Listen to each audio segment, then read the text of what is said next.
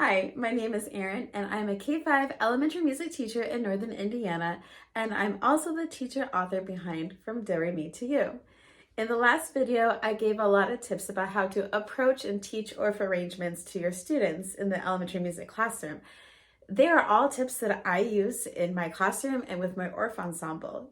But what about your youngest students, the ones who aren't ready to accompany themselves yet? This video is all about Orff exploration, so let's dive in. Now, do you remember Mr. Rogers growing up? Okay, this probably dates me a bit, born in the 80s, grew up in the 90s, but Fred Rogers once said, play is often talked about as if it were a relief from serious learning, but for children, play is serious learning. I love it when I trick my kids into learning when they think they are just playing and being joyful. We do a lot of play and exploration on the xylophones before we are ready for bardoons and all that. As to when to start kids on xylophones, well, that depends a lot on your teaching situation.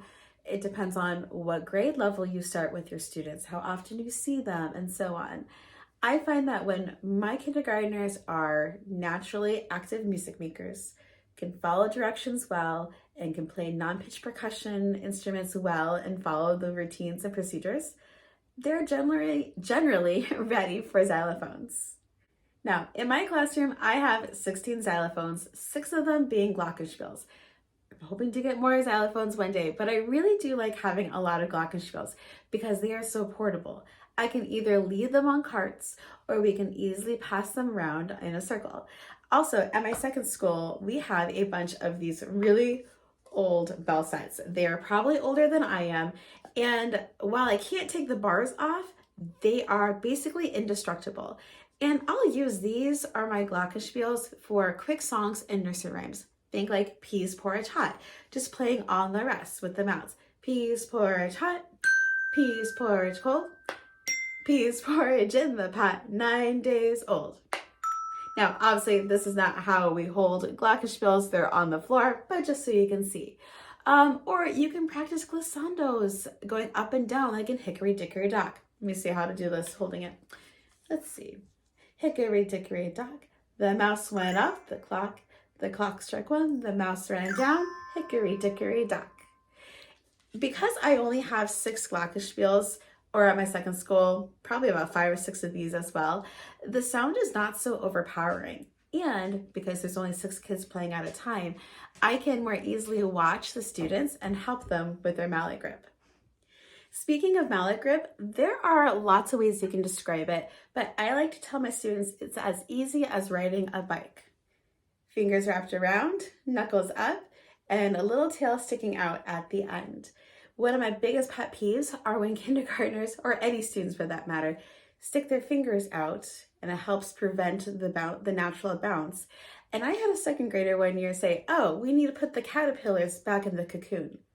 Brilliant, works every time. I love how kids think sometimes. For my kindergartners, before we ever get xylophones and we're playing non-pitch percussion like rhythm sticks, before we actually play our rhythm sticks for our activity, I'll have them mirror my movements. And one of the movements I will do, we practice even before they play on the glockenspiels. And this is really helpful for our students. When it's time to get the students on the big xylophones, I like to introduce just a few in the beginning. I got this idea from Will Doublestein from Bowtie Music, and I will link his brilliant video down below. But last year, I brought out just 4 of my xylophones, I think a soprano metallophone, an alto xylophone, a glockenspiel, and then a bass. And I put them all on carts except for the bass. And I had students make observations. What do you notice? What do you think? What do you wonder about the xylophones? And they compared and contrasted how they looked the same or different from each other. Then I had them review their mallet grip. Knuckles up, fingers wrapped around, little tail at the end. And then I invited one well-behaved student to come up and play my first xylophone. Now, they've been waiting for this since day 1. And the giggles are just unreal when they realize, I can play it. And after about 15 or 20 seconds, I had another student come up and play that xylophone while student 1 moved to the next one. And we just had this rotation of every 15 or so seconds moving to the next xylophone. And when they were done, They sat down and watched their friends. It was so much fun to watch them explore and just find the joy on their face, all while learning some basics on how to play xylophones. And because I only have 4 students at a time playing, I can really work on checking hand grip or mallet grip and making sure they know where to play on the bars. After they've all explored the xylophones, I next like to tell them the story of Goldilocks and the 3 bears. Now, this is a folktale that they already know, but I like to add some repeated phrases and body percussion to it that will eventually turn into xylophones. So as I read the story, I'll add things like Papa Bear and Mama Bear. I'm just doing this on my lap on different parts of my legs, mimicking the low, middle, and high. Or going for a walk on my lap, going up and down. It's really fun. I have visual slides that I go with it that I can link down below. And then honestly, that's the end of day 1. The next class is time to move kids to the xylophone area. Now, everyone's rules will be different depending on their layout and preference, but my general rules are to walk around the xylophones, not over or through, keep mallets and instruments in sleep position, hands in lap.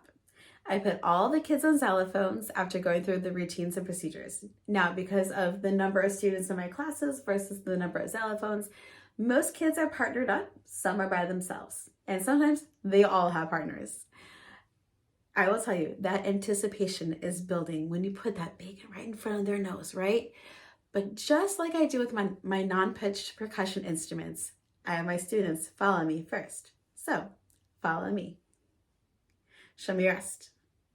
Ready. Bunny ears. Sleep. Rest.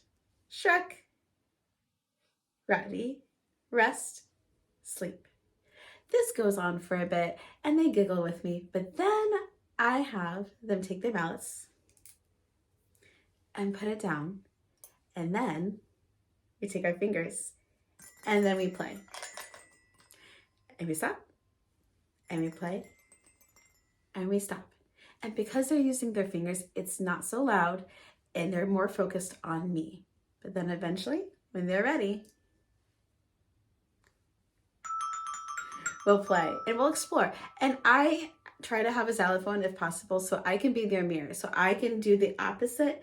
Or actually, my xylophone is upside down when I play for them. So they can be my mirror, playing low, middle, high, but always stopping so they know to watch me.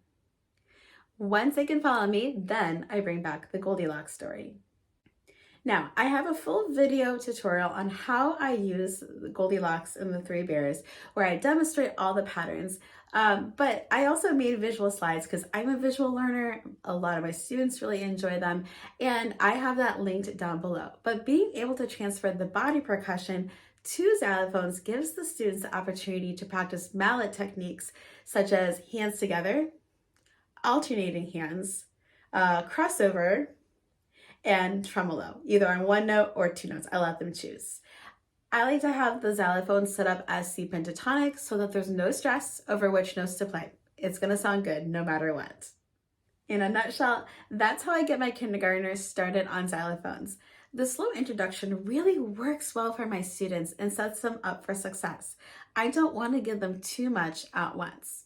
But we aren't done yet.